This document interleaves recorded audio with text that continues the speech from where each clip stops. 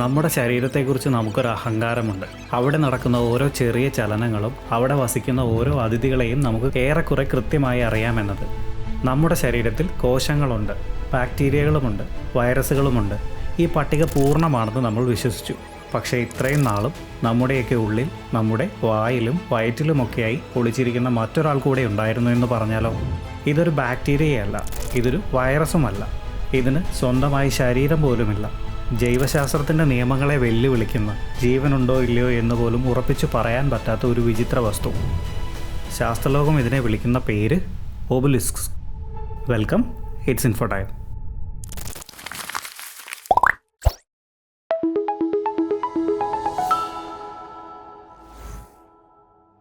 ആദ്യം തന്നെ എന്താണ് ഈ ഒബലിസ്ക്സ് എന്ന് നോക്കാം. ജീവശാസ്ത്രത്തിൻ്റെ ഭാഷയിൽ പറഞ്ഞാൽ ഏകദേശം 1000ഓളം അക്ഷരങ്ങൾ മാത്രമുള്ള ഒരു ചെറിയ സർക്കുലർ RNA ഭാഗമാണിത്.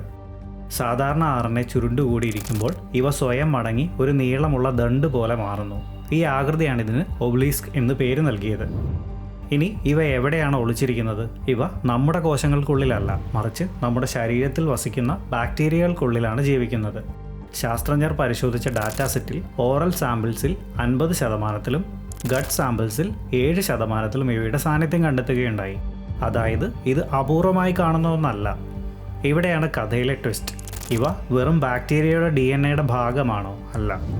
ശാസ്ത്രജ്ഞർ അത് ഉറപ്പിക്കാൻ 2 കാരണങ്ങൾ പറയുന്നു. ഒന്ന്, ഇവ മനുഷ്യരിൽ മാത്രമല്ല, സമുദ്രങ്ങളിലും കാണപ്പെടുന്നുണ്ട്, ചിലപ്പോൾ മണ്ണിലും ഉണ്ടാവുമെന്ന് സംശയിക്കപ്പെടുന്നുണ്ട്. 2, ഇവർക്ക് സ്വന്തമായ റൈബോസോം എന്നൊരു സംവിധാനമുണ്ട്. സ്വന്തം RNA മുറിക്കാനും തുന്നിച്ചേർക്കാനും സഹായിക്കുന്ന മോളിക്കുലാർ സിസേഴ്സ് ആണിവ. ബാക്ടീരിയയുടെ സഹായമില്ലാതെ തന്നെ ഈ മുറിക്കൽ പ്രക്രിയ, അതായത് സെൽഫ് ക്ലേവിംഗ്, നടത്താൻ ഇവർക്ക് കഴിയും. എന്നാൽ നിർമ്മാണത്തിന് ഇവർക്ക് ബാക്ടീരിയ കൂടിയേ തീരൂ. ഇവയുടെ ഉള്ളിൽ ഒബ്ലീൻസ് എന്ന ഒരുതരം പ്രോട്ടീൻ നിർമ്മിക്കാനുള്ള കോഡുണ്ട്.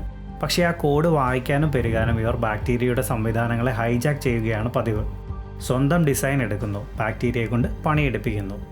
അവസാനം ശാസ്ത്രജ്ഞർ ഇതിലൊന്നിനെ കൃത്യമായി നിരീക്ഷിച്ചു. വായിൽ കാണപ്പെടുന്ന സ്ട്രെപ്റ്റോകോക്കസ് സാങ്കുയാനിസ് എന്ന ബാക്ടീരിയയുടെ ഉള്ളിൽ ഒരു ഒബ്ലിസ്കിനെ ഇവർ കണ്ടെത്തി. ലബോറട്ടറിയിലെ മികച്ച സാഹചര്യങ്ങളിൽ നടത്തിയ പരീക്ഷണങ്ങളിൽ ഒരു കാര്യം വ്യക്തമായി. ഇത്തരം സാഹചര്യങ്ങളിൽ ബാക്ടീരിയയ്ക്ക് വളരാൻ ഒബ്ലിസ്കിൻ്റെ ആവശ്യമില്ല. അതായത് അവ ബാക്ടീരിയയുടെ ശരീരത്തിൻ്റെ ഭാഗമല്ല, മറിച്ച് പുറത്തുനിന്ന് വന്ന ഒരു യാത്രക്കാരൻ മാത്രമാണ്.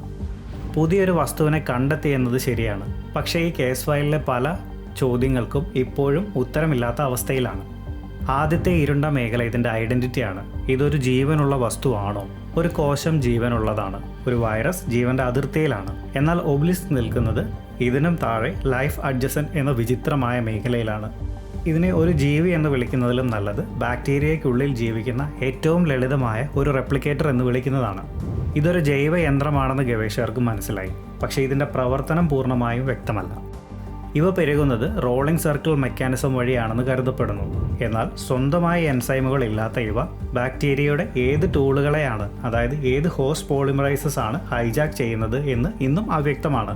ഇതുപോലെ തന്നെയാണ് ഒബ്ലീൻസ് എന്ന പ്രോട്ടീൻ്റെ കാര്യവും. വൈറസുകളെ പോലെയല്ല, സ്വന്തമായി പ്രോട്ടീൻ നിർമ്മിക്കാനുള്ള കോഡ് ഇവയുടെ കയ്യിലുണ്ട്. പക്ഷേ എന്തിനാണ് ഈ പ്രോട്ടീൻ?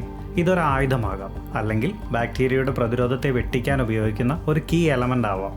ഒരു അടച്ചിട്ട മുറിയിൽ നിന്ന് അപരിചിതമായൊരു ഉപകരണം കിട്ടിയ അവസ്ഥയിലാണ് ശാസ്ത്രജ്ഞർ. അത് ബോംബാണോ ടോർച്ചാണോ എന്ന് തിരിച്ചറിയാൻ പറ്റാത്ത അവസ്ഥ. എല്ലാവരുടെയും മനസ്സിലുണ്ടായേക്കാവുന്ന ഒരു ചോദ്യമുണ്ട്: ഇത് മനുഷ്യന് അപകടകാരിയാണോ? വാർത്തകളിൽ പല കഥകളും വന്നേക്കാം, പക്ഷേ സത്യം എന്തെന്നാൽ നിലവിൽ ഇതിന് കൃത്യമായ ഉത്തരമില്ല എന്നുള്ളതാണ്.